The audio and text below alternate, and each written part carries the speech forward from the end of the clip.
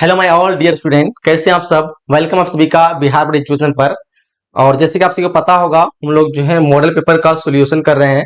और आज के क्लास में हम लोग जो है पॉलिटिकल साइंस के मॉडल पेपर को सॉल्यूशन करेंगे। और मॉडल पेपर आप लोगों के लिए बहुत ही इंपॉर्टेंट होता है, जिससे आपको ये पता चलता है कि एग्जाम में किस तरह के प्रश्न आएंगे, एग्जाम का पैटर्न कैसा होने वाला है और किस टाइप के क्वेश्चन को जो सेलेक्ट किया जाता है, हमें किस टाइप के प्रश्न को पढ़ना है या फिर रिवीजन करना है।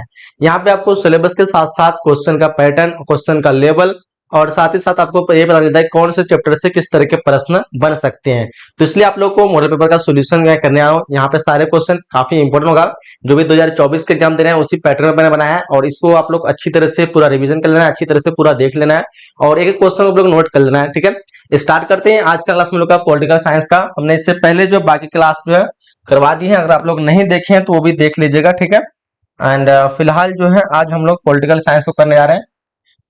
और इस वीडियो को आप लोग अधिक से अधिक शेयर करेंगे, लाइक करेंगे, ताकि सब तक जो है वीडियो का नोटिस पहुंच सके। और चैनल को जो भी सब्सक्राइब नहीं किया, सब्सक्राइब नोटिफिकेशन बेल को ऑन कर लेंगे, ताकि आपको समय पे वीडियो का लेटेस्ट नोटिफिकेशन लेटेस्ट अपडेट मिलते रहे। देखो, यहाँ पे पॉलिटिकल साइंस का आपको जो 100 मार्क्स का एग्जाम होगा, टोटल 100 मार्क्स रहेगा, इसमें प्रैक्टिकल नहीं है। और साथ ही साथ में क्वेश्चन की संख्या बोलते 100 आपका एमसीक्यू रहेगा। ठीक है, 100 क्या रहेगा, एमसीक्यू प्रश्न रहेगा। और साथ ही साथ इसमें जो 30 रहेगा आपका 2 मार्क्स वाले लॉन्ग क्वेश्चन रहेंगे, 2 मार्क्स वाले लॉन्ग क्वेश्चन रहेंगे। और बाकी जो आपका 8 रहेगा, आपको क्या रहेगा, 5 मार्क्स वाले लॉन्ग क्वेश्चन। अब इसमें जो टोटल लगभग जो है 100% क्वेश्चन पूछा था, लेकिन 50% का ही आंसर देना है। कहने का तात्पर्य है कि 100 में आपको 50 का आंसर देना है। यहाँ पे आपको 30 पूछा है, जिसमें 15 का आंसर देना है। यहाँ पे 8 पूछा है, जिसमें आपको 4 का आंसर देना है। तो लगभग आपको 100% क्वेश्चन पूछा है, टोटल में आगे देखा है तो 200% क्वेश्चन पूछा जा रहा है, जिसमें से आपको 100% क्वेश्चन का ही आंसर देना है। ये रहा बिहार बोर्ड का पैटर्न, और काफी इजी है। आप लोग अगर तैयारी करते हैं इसी पैटर्न के अनुसार, तो आप से अगर लग जाता तैयारी में, तो आप काफी अच्छा स्कोर कर सकते हैं। फिलहाल जो मैं आज जो भी क्वेश्चन हुआ, ये काफी आपके एग्जाम के लिए इंपॉर्टेंट रहेगा। समय जो रहेगा 3 घंटा 15 मिनट का। कोई इंस्ट्रक्शन वगैरह दी गई, सब तो जानते हैं। नहीं जानते तो आप लोग एग्जाम में मिलेगा आपको सारी चीज, वहां पे एक बार पढ़ लेना। ठीक है, फिलहाल जो हम लोग स्टार्ट करते हैं फर्स्ट क्वेश्चन से। हम लोग का दोनों लैंग्वेज यहाँ पे लिए हैं, हिंदी और इंग्लिश। अगर आप लोग का इंग्लिश कोई है तो आप लोग इंग्लिश में भी देख सकते हैं। फर्स्ट क्वेश्चन देखो आपकी स्क्रीन पे पूछ रखा हम लोग को कि इस समय भारत में जो है किस प्रकार की दलीय व्यवस्था है। ऑप्शन आपकी स्क्रीन पे करंट, यहाँ पे जो ऑप्शन हो जाएगा वो जाएगा बहुदलीय व्यवस्था, यानी बहुत सारे दल जो है मिले हुए बिहार में। ठीक है, भारत में ऑप्शन नंबर सी हो जाएगा। और बिहार में जो है बहुदलीय व्यवस्था, ये क्या कहते हैं आपका व्यवस्था है। यहाँ पे भारत की बात पूछ रखी है, तो यहाँ पे ऑप्शन नंबर सी जो है बिल्कुल करेक्ट आंसर हो जाएगा। जहां पे एक दल का राज हो उसको एक दलीय कहते हैं, दो दल का राज हो दो दलीय कहते हैं। ठीक है, और यहाँ पे बहुदल ऑप्शन सी हो जाएगा। चलिए आगे बढ़ते हैं। नेक्स्ट क्वेश्चन पूछ रखा हम लोगों को, 1971 में बने महागठबंधन का ध्येय जो वो क्या था। तो उस समय जो बना था 1971 में एक महागठबंधन, और सिर्फ जो इंदिरा गांधी को हटाने के लिए, किसी भी तरह के इंदिरा गांधी को हटाया जाए, तो कह सकते हैं कि इसका जो आंसर जो हो जाएगा ऑप्शन नंबर बी, इंदिरा हटाओ। ठीक है, ऑप्शन नंबर बी, इंदिरा हटाओ। ठीक है, चलिए आगे बढ़ते हैं। नेक्स्ट क्वेश्चन आपके स्क्रीन पे किन्हें जो है वामपंथी पार्टियों की कोटि में क्या कहते हैं रखा जा सकता है। इनमें से किसको रख सकते हैं, तो भारतीय कम्युनिस्ट पार्टी को जो हम वामपंथी कोटि में रख सकते हैं। ऑप्शन नंबर सी जो है बिल्कुल करेक्ट आंसर क्या होगा, क्वेश्चन नंबर 3 का option number C correct answer हो जाएगी। चलिए आगे बढ़ते हैं। नेक्स्ट क्वेश्चन पूछ रखा हम लोग को, भारत की संविधान सभा का गठन जो है किस योजना के आधार पर हुआ था। भारत के संविधान सभा का गठन जो हुआ था वो हुआ था आपका कैबिनेट मिशन योजना। ऑप्शन नंबर डी हो जाएगा, क्या हो जाएगा, ऑप्शन नंबर डी, जो कि बिल्कुल करेक्ट आंसर हो जाएगा। ठीक है, नेक्स्ट क्वेश्चन की तरफ बढ़ते हैं। अगला क्वेश्चन पूछ रखा हम लोग को, संविधान निर्माता सभा में उद्देश्य प्रस्ताव जो है किसके द्वारा प्रस्तुत किया गया था। तो ये जो प्रस्तुत किया गया था आपका क्या था, जवाहरलाल नेहरू के द्वारा। सो ऑप्शन नंबर ए यहाँ पे करेक्ट आंसर होगा। सारे क्वेश्चन को आप लोग को अच्छी तरह से रिवीजन करते जाना है, एक एक क्वेश्चन आप लोगों के लिए काफी इंपॉर्टेंट होगा। ठीक है, चलिए वीडियो को आप लोग लाइक जरूर करेंगे, इस वीडियो को शेयर जरूर करेंगे, आपसे इससे रिक्वेस्ट करूंगा। और जो भी आप लोग नए में चैनल में जुड़ते आ रहे हैं, सपोर्ट जरूर करेंगे, चैनल से जुड़े रहेंगे, आपको कंप्लीट तैयारी यहाँ पे कराई जाएगी फ्री ऑफ कॉस्ट। ठीक है, क्वेश्चन नंबर 6 पूछ रखा है, 1975 में किस आधार पर आपातकाल की घोषणा की गई थी। तो 1975 में जो हुआ था, आंतरिक गड़बड़ी हुआ था इंदिरा गांधी के टाइम पे, और उस टाइम भारत में जो है पहली बार आपातकाल की घोषणा की गई थी। आपातकाल जिसमें जो है राष्ट्रपति शासन लग जाता है। और ये आंसर जो आपका ऑप्शन नंबर सी, आंतरिक गड़बड़ी, ऑप्शन नंबर सी। उस समय जो थे कौन थे, तो आपका इंदिरा गांधी प्रधानमंत्री में थे। चलिए आगे बढ़ते हैं। नेक्स्ट क्वेश्चन पूछ रखा हम लोग को, संविधान निर्माता सभा में प्रारूप समिति के अध्यक्ष कौन थे? तो संविधान निर्माता में सब आप लोग हिस्ट्री का भी क्वेश्चन पूछाता है, तो भीमराव अंबेडकर जो है वो थे प्रारूप समिति के अध्यक्ष, ठीक है। और अध्यक्ष की बात करें तो आपका था डॉक्टर राजेंद्र प्रसाद, लेकिन प्रारूप की बात करें तो भीमराव अंबेडकर, ठीक है। चलिए आगे बढ़ते हैं नेक्स्ट क्वेश्चन की तरफ। क्वेश्चन कर हम लोग, किसने संपूर्ण क्रांति का आह्वान किया? तो पता है आपको, बिहार के थे जयप्रकाश नारायण जी ने, जिन्होंने संपूर्ण क्रांति का आह्वान किया था।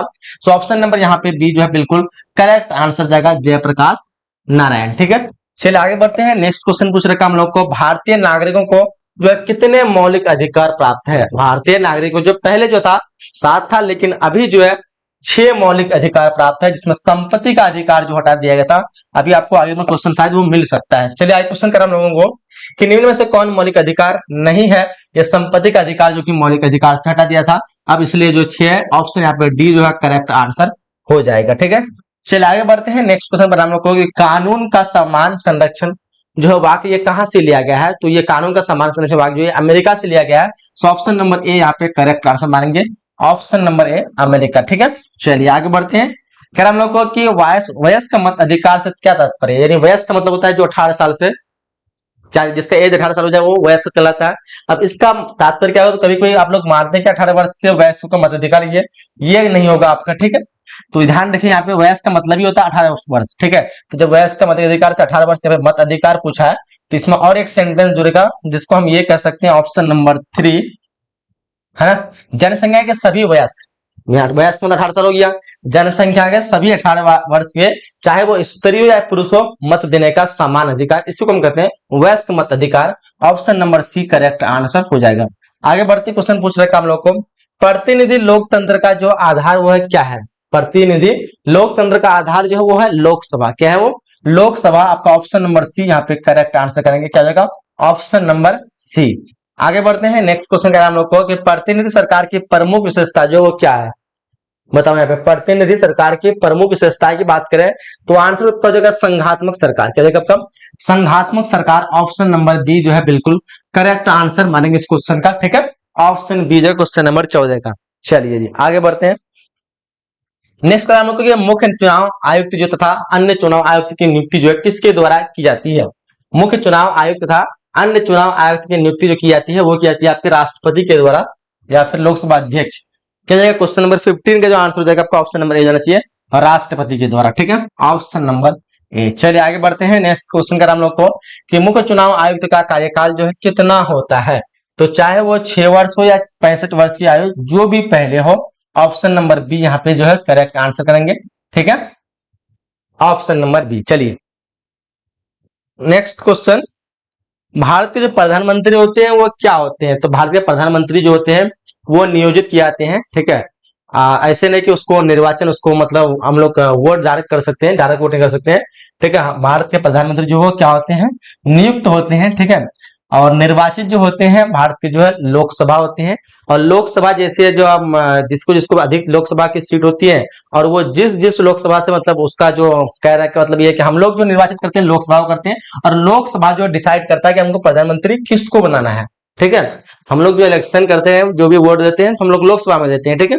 और हम लोग अपना अपना लोकसभा चुनते हैं, और जिसकी ज्यादा तादाद होती है और उस लोकसभा का ये होता है गठन होता है, उसमें जो उसको डिसाइड करना था कि हम लोग को प्रधानमंत्री किसको बनाना है, तो वो नियुक्त होते हैं। ऑप्शन नंबर ए हो जाएगा, ठीक है। चलिए नेक्स्ट कर हम लोगों को, भारत के संविधान के किस अनुच्छेद के अधीन भारत के राष्ट्रपति पर महाभियोग लगाया जा सकता है? तो भारत का संविधान का जो 356वां जो अनुच्छेद है, जिसमें कहा जाता है कि अगर राष्ट्रपति अगर कुछ गलत कर रहा है या फिर राष्ट्रपति के खिलाफ कुछ भी अगर आप दर्ज उसको निकालना चाहते हैं तो महाभियोग लगा सकते हैं, जो कि अनुच्छेद 356 में इसका चर्चा की गई है। ऑप्शन नंबर ए करेक्ट हो जाएगा। आगे नेक्स्ट करें हम लोग को कि भारत में राष्ट्रपति की स्थिति जो है वो किस तरह की है? तो इसकी स्थिति है ब्रिटेन के महारानी की तरह, ठीक है। क्या जाएगा आपका? ब्रिटेन के महारानी के समान। ऑप्शन नंबर सी यहाँ पे जो है करेक्ट आंसर होगा, ठीक है। Option number C. चलिए आगे देखते हैं। क्वेश्चन पूछ रखा हम लोगों को कि राज्यसभा की सदस्यता के लिए जो है न्यूनतम जो आयु क्या होना चाहिए? राज्यसभा पूछ रखा है, एक होता है लोकसभा, एक होता है राज्यसभा। राज्यसभा में जो आपका हो जाएगा वो हो जाएगा आपका 30 वर्ष, 25 वर्ष से कम ना हो। राज्यसभा पूछ रखा है, ठीक है। तो क्या जाएगा 20 नंबर क्वेश्चन का आपका 30 वर्ष से कम ना हो। लोकसभा में आपको जो शायद 25 वर्ष होगा, राज्यसभा में क्या गया यहाँ पे 30 वर्ष से कम ना हो। चलिए आगे बढ़ते हैं। नेक्स्ट क्वेश्चन पूछ रखा हम लोगों को कि भारत में उपराष्ट्रपति का निर्वाचन जो है वो किया जाता है, वो किसके द्वारा किया है? भारत में उपराष्ट्रपति का निर्वाचन जो किया जाता है वो राज्य की विधानसभा या फिर उस निर्वाचन मंडल द्वारा जो राष्ट्रपति को चुनता है। मतलब यहाँ पे राष्ट्रपति का निर्वाचन 21 नंबर क्वेश्चन का maybe answer option number B जाना चाहिए आपका। उस निर्वाचन का मंडल जो राष्ट्रपति को चुनता उसी के द्वारा, ऑप्शन नंबर बी यहाँ पे करेक्ट मारेंगे, ठीक है, ऑप्शन बी। चलिए आगे देखते हैं। नेक्स्ट क्वेश्चन कह रहा है कि राज्यसभा के कोरम के लिए मतलब निर्धारित जो संख्या कितनी है, राज्यसभा के कोरम के लिए निर्धारित संख्या कितनी है? तो यहाँ पे जो करेक्ट आंसर की बात करेंगे तो आंसर जाना चाहिए आपका 25। क्या हो जाएगा आपका आंसर? 25 ऑप्शन नंबर ए हो जाएगा, ठीक है। चलिए आगे बढ़ते हैं। नेक्स्ट क्वेश्चन क्या है कि लोकसभा क्या अधिकतम जो संख्या जो है वो कितनी हो सकती है? लोकसभा की अधिकतम संख्या पूछ रखा है यहाँ पे, तो अधिकतम संख्या जो हो सकती है ना वो हो सकती है आपका 552, ठीक है, ऑप्शन नंबर ए। आगे बढ़ते हैं। नेक्स्ट क्वेश्चन पूछ रखा हम लोग को, राज्यसभा का सभापति जो कौन हो सकता है? तो राज्यसभा का सभापति की बात करें तो राज्यसभा के संसद के निर्वाचित, संसद के सभी सदस्यों का निर्वाचन, राज्यसभा का सभापति कौन हो सकता है? 24 नंबर क्वेश्चन का आंसर हो जाना चाहिए आपका उपराष्ट्रपति पदेन, ठीक है, ऑप्शन नंबर सी कर देंगे, ठीक है, ऑप्शन नंबर सी। चलिए आगे बढ़ते हैं। नेक्स्ट क्वेश्चन पर आए कि 73वें संविधान संशोधन द्वारा पंचायती राज संस्था का कार्यकाल जो है वो कितना है? तो 5 वर्ष हो जाएगा आपका, 5 वर्ष का है, ऑप्शन नंबर डी, ठीक है। चलिए आगे बढ़ते हैं। नेक्स्ट क्वेश्चन पूछ रखा हम लोगों को, 73वें संविधान संशोधन में द्वारा भारतीय संविधान में कौन सी अनुसूची जो है जोड़ी गई थी? तो उसमें जोड़ी गई थी 11वीं अनुसूची, यानी ऑप्शन नंबर क्या जाएगा? सी हो जाएगा आपका 11वीं अनुसूची, ठीक है, ऑप्शन नंबर सी जो कि बिल्कुल करेक्ट आंसर हो जाएगा, ठीक है। चलिए आगे बढ़ते हैं। नेक्स्ट क्वेश्चन क्वेश्चन 27 का हम लोग को, विधानसभा का सदस्य निर्वाचन होने के लिए कितनी उम्र जो आवश्यक है? 25 वर्ष में भी आंसर ऑप्शन नंबर सी हो जाएगा, ठीक है। राज्यसभा के हम लोग ने 30 देखा था और इसका क्या हो जाएगा? 25 वर्ष हो जाएगा। चलिए आगे देखते हैं। क्वेश्चन पूछ रखा हम लोग को कि किसी राज्य की विधानसभा की अधिकतम अनुज्ञेय जो सदस्य संख्या जो कितनी हो सकती है? वो हो सकती है 500 सदस्य। क्या हो सकती है? 500 सदस्य हो सकती है, आपका ऑप्शन नंबर सी मार देंगे। चलो आगे बढ़ते हैं। हम लोग विधान परिषद का सदस्य निर्वाचित होने के लिए न्यूनतम जो उम्र क्या होगा? तो विधानसभा के लिए हम लोग न्यूनतम जो मानेंगे 25 वर्ष मानेंगे, ठीक है, ऑप्शन नंबर बी हो जाएगा, ठीक है। चलिए आगे बढ़ते हैं। नेक्स्ट क्वेश्चन का हम लोग को, संविधान का कौन सा अनुच्छेद संसद को राज्य सूची के किसी विषय पर विधान बनने की शक्ति जो है देता है? क्वेश्चन पूछ रखा है, संविधान का कौन सा अनुच्छेद संसद को राज्य सूची के किसी विषय पर विधान बनने का या फिर बनाने का जो शक्ति देता है? अनुच्छेद कौन सा होगा? यहाँ पे क्वेश्चन नंबर 30 को देखिए एक बार, क्या आंसर होगा 30 का? अनुच्छेद 249 हो जाना चाहिए, ऑप्शन नंबर डी, ठीक है, ऑप्शन नंबर डी। चलिए आगे देखते हैं। क्वेश्चन पूछ रखा हम लोगों को, भारत के संविधान में पहला संविधान संशोधन किस वर्ष हुआ था? तो भारत के संविधान में पहला संविधान संशोधन हुआ था आपका 1951 में। कब हुआ था? 1951। संविधान जो लागू हुआ था 1950 को। कब लागू हुआ सबको पता है, ये क्वेश्चन अक्सर पूछा जाता है, ठीक है, 26 जनवरी को, हाँ पता है। चलो 26 जनवरी 50 को 1951 में संशोधन हुआ था। चलो आगे देखते हैं। पहला संशोधन, संविधान विषय पर निर्णय देने के लिए सर्वोच्च न्यायालय को कम से कम जो है कितने जो है न्यायाधीश के बेंच होनी चाहिए? कम से कम 3 होना चाहिए न्यायाधीश के बेंच। कितने बेंच? 3, ऑप्शन ए हो जाएगा। चलिए आगे देखते हैं।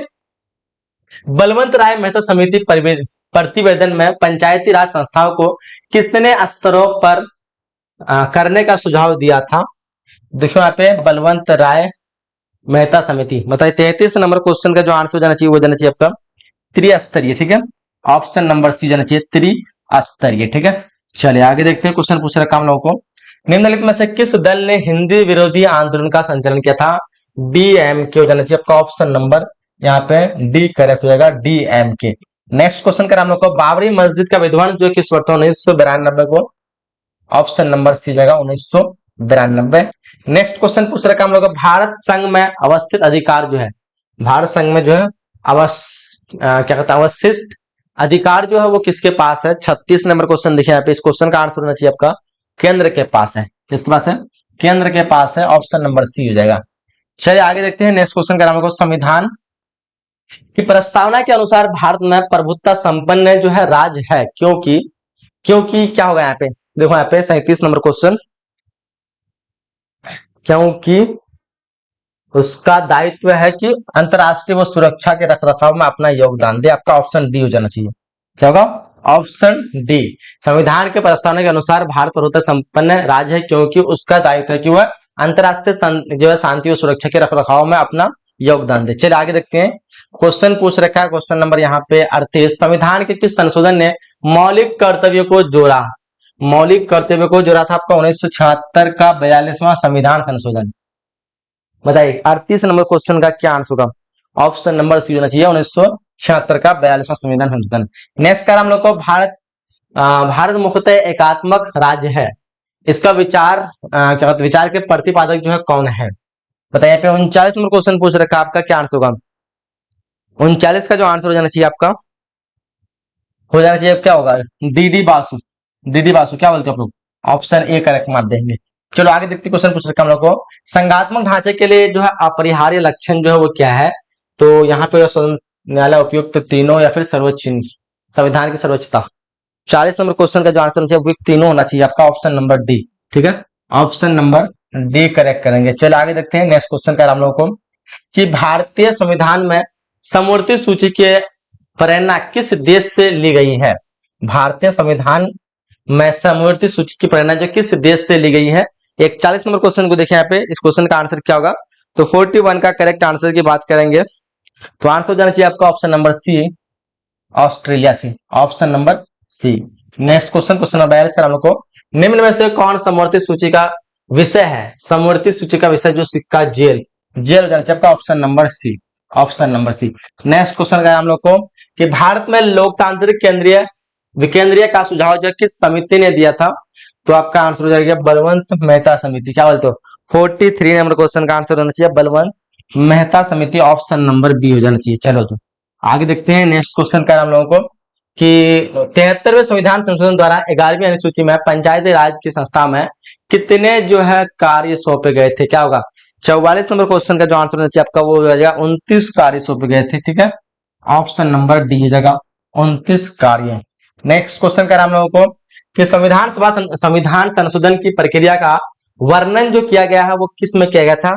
तो अनुच्छेद 352 या फिर 56, 70, 368। 45 नंबर क्वेश्चन का आंसर होना चाहिए 368 में किया गया था। ऑप्शन नंबर बी हो जाएगा। ठीक है, चलिए जी आगे देखते हैं, नेक्स्ट क्वेश्चन का हम लोग को कह रहा है कि केशवानंद भारतीय विवाद में सर्वोच्च न्यायालय ने किस विषय पर निर्णय दिया था?